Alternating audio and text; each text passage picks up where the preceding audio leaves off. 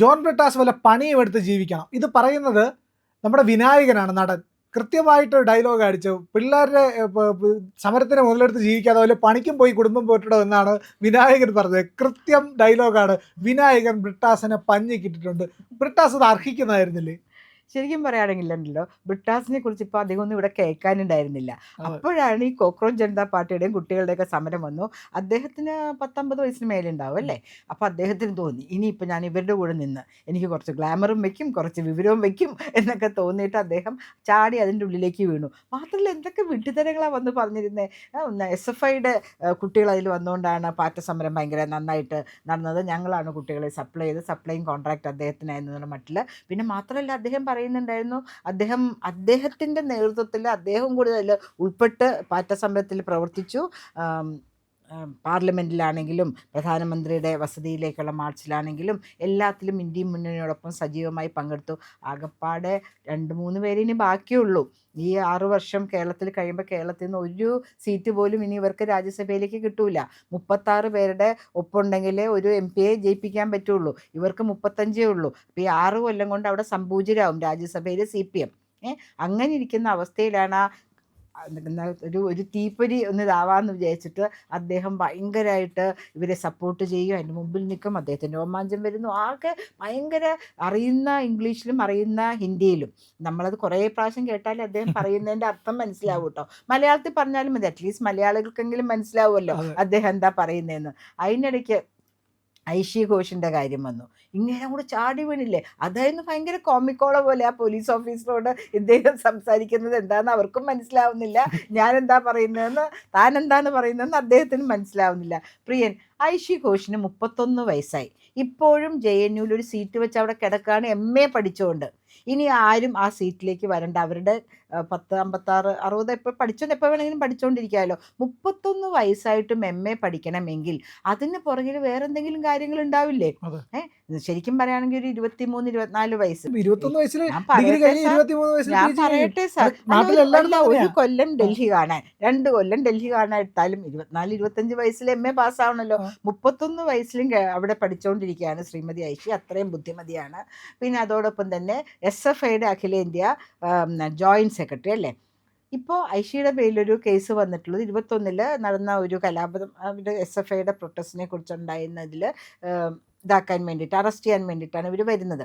ഇവർ പറഞ്ഞ് ഞങ്ങളുടെ AKG സെൻറ്ററിലേക്ക് ആരും കയറാൻ പാടില്ല. കേരളമാണെന്നാണ് വിചാരം. കേരളത്തിൽ അങ്ങനെ പ്രൊട്ടക്റ്റ് ചെയ്യുമല്ലോ. ഇത്തവണ നമ്മളുടെ രമേശ് ചെന്നിത്തലയുടെ വന്നപ്പോൾ EDയുടെ ആക്രമണം ഉണ്ടായ സമയത്തൊക്കെ ഉള്ളിൽ കയറി തന്നെ എല്ലാവരും പൊക്കി എടുത്തുകൊണ്ട് വന്നു. ഇന്ന് കോടതി പറഞ്ഞിട്ടുമുണ്ട് നിങ്ങൾ സറണ്ടർ ചെയ്യണം, അതൊരു ദിവസം വെയിറ്റ് ചെയ്യുമെന്ന് പറഞ്ഞിട്ടുണ്ട്. അതിനിടയ്ക്ക് ഒരു ഭയങ്കര രസകരമായ കാര്യമുണ്ടായി. അതാണ് നമ്മൾ സംസാരിക്കേണ്ടത്. ആരാണ് ബ്രിട്ടാസ്? സംഘപരിവാർ പ്രസ്ഥാനങ്ങളുടെ ഹിറ്റ് ലിസ്റ്റ്. ഞാൻ ആദ്യമായിട്ട് കേൾക്കാം കേട്ടോ സംഘപരിവാർ പ്രസ്ഥാനങ്ങൾക്ക് ഒരു ഹിറ്റ് ലിസ്റ്റ് ഉണ്ടെന്ന്. അതിന്റെ 3ാമത്തെ പേരാണ് സ്വയം അങ്ങോട്ട് വേറെ ആരും ഇല്ലല്ലോ അല്ലേ. അതാ ഞാൻ പറഞ്ഞത്, ABC ആണ് 3. ഇപ്പൊ B എന്ന് പറഞ്ഞ ബ്രിട്ടാസേ. അപ്പൊ 2 പറയേണ്ടതായിരുന്നു. എന്താണ് രണ്ടാമത് വേറൊരാളാ, അദ്ദേഹത്തിന്റെ മഹത്വം കൊണ്ട് അദ്ദേഹം വെളിയിൽ പറയാത്ത റഹീം. ഡബിൾ A റഹീം.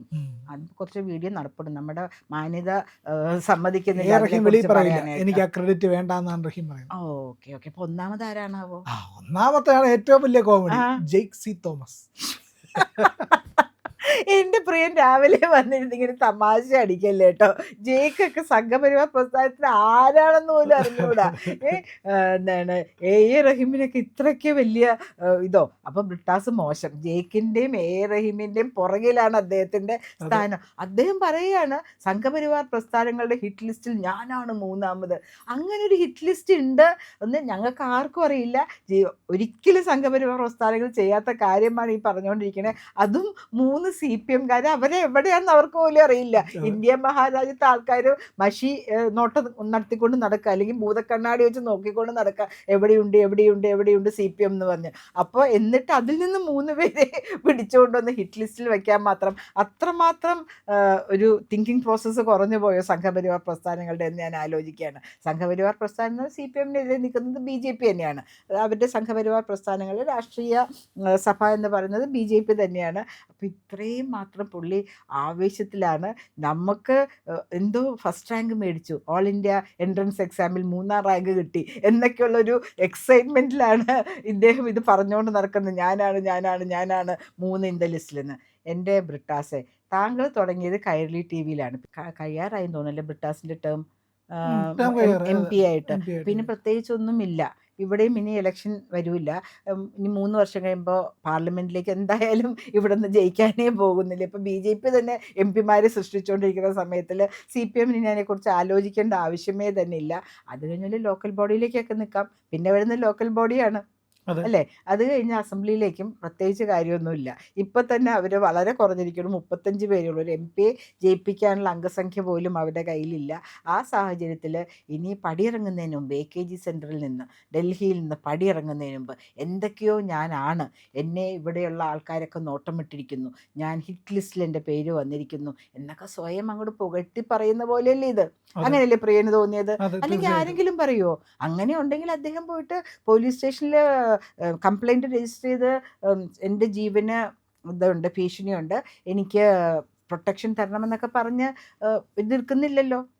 ഇങ്ങനെ വെറുതെ പറഞ്ഞുകൊണ്ട് നടക്കാൻ ആർക്കും പറ്റുമല്ലോ. പ്രിയന് തോന്നുന്നുണ്ട് പ്രിയൻ്റെ ജീവന്? പ്രിയനൊരു വലിയ പത്രപ്രവർത്തകനാണ്, MA പാസ്സായ ആളാണ് 23ാമത്തെ വയസ്സിൽ, അതുകൊണ്ട് സംഘപരിവാർ CPM-ന്റെ ഹിറ്റ് ലിസ്റ്റിൽ എത്രാമത്തെ ആയിട്ടാണ് എന്നൊക്കെ. ഏയ്. അപ്പം ഓപ്പോസിറ്റ് പറയുമ്പോൾ CPM-ന്റെ ലിസ്റ്റ് എന്നല്ലേ പറയേണ്ടത്. അപ്പോൾ എന്തായാലും ബ്രിട്ടാസ് ഒട്ടും വിഷമിക്കേണ്ട. ഞങ്ങൾക്ക് ഇതിൻ്റെ ഒന്നും യാതൊരു ആവശ്യമില്ല. ജനങ്ങൾ നെഞ്ചിലേറ്റിയ പ്രസ്ഥാനമാണ് BJP എന്ന് പറയുന്നത്. ആരെയും ദ്രോഹിച്ചിട്ടും ആരെയും ഇല്ലാതാക്കിയിട്ടും മുന്നോട്ട് വരേണ്ട ആവശ്യമില്ല. പ്രത്യേകിച്ചും ബ്രിട്ടാസിനെ പോലെ സ്വന്തമായിട്ട് തന്നെ ഒരു പൊങ്ങച്ചം വിളമ്പുന്ന ഒരു വ്യക്തിയെക്കുറിച്ച് ഒന്നും പറയേണ്ട ആവശ്യം ഞങ്ങൾക്കില്ല. താങ്കളുടെ ഫേസ് TV-യിൽ വരുമ്പോൾ താങ്കൾ പറയുന്ന കാര്യങ്ങൾ കേൾക്കുമ്പോൾ അയ്യോ കഷ്ടം, കേരളത്തിലെ MP-മാരാണോ ഇതെന്നും നമുക്ക് സഹതാപം മാത്രമേ ഉള്ളൂ താങ്കളോട്. ഇനിയും എന്താണ് ഐഷി ഘോഷിൻ്റെ പോലുള്ള വ്യക്തികളുടെ കാര്യങ്ങളിൽ ഇടപെടാണ്ട് കേരളത്തിൽ ആവശ്യമായ കാര്യങ്ങൾ, അതായത് PSC റാങ്ക് ലിസ്റ്റിൽ ഉൾപ്പെടെയുള്ള ആളുകൾ മുന്നോട്ട് വച്ചിരിക്കുന്ന പ്രശ്നങ്ങൾ ഏറ്റുപിടിക്കുക. നിങ്ങൾ ചെയ്തു വെച്ച കുറേ ദുരിതങ്ങളുണ്ട്, ആ ദുരിതങ്ങൾക്കൊക്കെ ഒരു പരിഹാരം കാണുവാൻ ശ്രമിക്കുക. ഡൽഹിയിലെ കാര്യങ്ങൾ ഡൽഹിക്കാർ നോക്കിക്കോളും, SFIക്കാർ നോക്കുമല്ലോ. ഇപ്പോൾ പറഞ്ഞല്ലോ ജേക്സി തോമസ് 1ാമത്തെ ഹിറ്റ് ലിസ്റ്റിൽ, അദ്ദേഹം നോക്കിക്കോളും. അദ്ദേഹമായിരുന്നില്ലേ SFIയുടെ വലിയ ആളായിരുന്നില്ലേ? ഇപ്പോഴും ഒരു മലയാളി പയ്യൻ, പെട്ടെന്ന് പേര് ഓർമ്മ വരുന്നില്ല, അദ്ദേഹം അവിടെ കൂടെ ഇരിക്കുന്നുണ്ട്, ഐഷിയുടെ കൂടെ ഇരിക്കുന്നുണ്ട്. അവർ നോക്കിക്കോളും. കുട്ടികളുടെ കാര്യം നോക്കിക്കോളും. താങ്കളുടെ കാര്യം നോക്കും. ഒട്ടും വിഷമിക്കേണ്ട. BJPക്ക് വേണ്ടി ഞാൻ ഉറപ്പ് തരികയാണ്, ഞങ്ങൾക്ക് അങ്ങനെ ഒരു ഹിറ്റ് ലിസ്റ്റ് ഇല്ല. ഹിറ്റ് ലിസ്റ്റിലേക്ക് എങ്ങനെ താങ്കൾ കടന്നുകൂടി എന്ന് നമുക്കറിയില്ല. PSC പരീക്ഷയുടെ കാര്യം പറഞ്ഞല്ലേ അല്ലേ? PSC ലിസ്റ്റാണോ ഉദ്ദേശിച്ചത് അറിയില്ല. അതിലാണല്ലോ അവർക്ക് ഇടിച്ചു കയറി പരിചയം. പരീക്ഷ പോലും ഏതാണ്ട് ലിസ്റ്റ് ചാടി കയറൂലേ?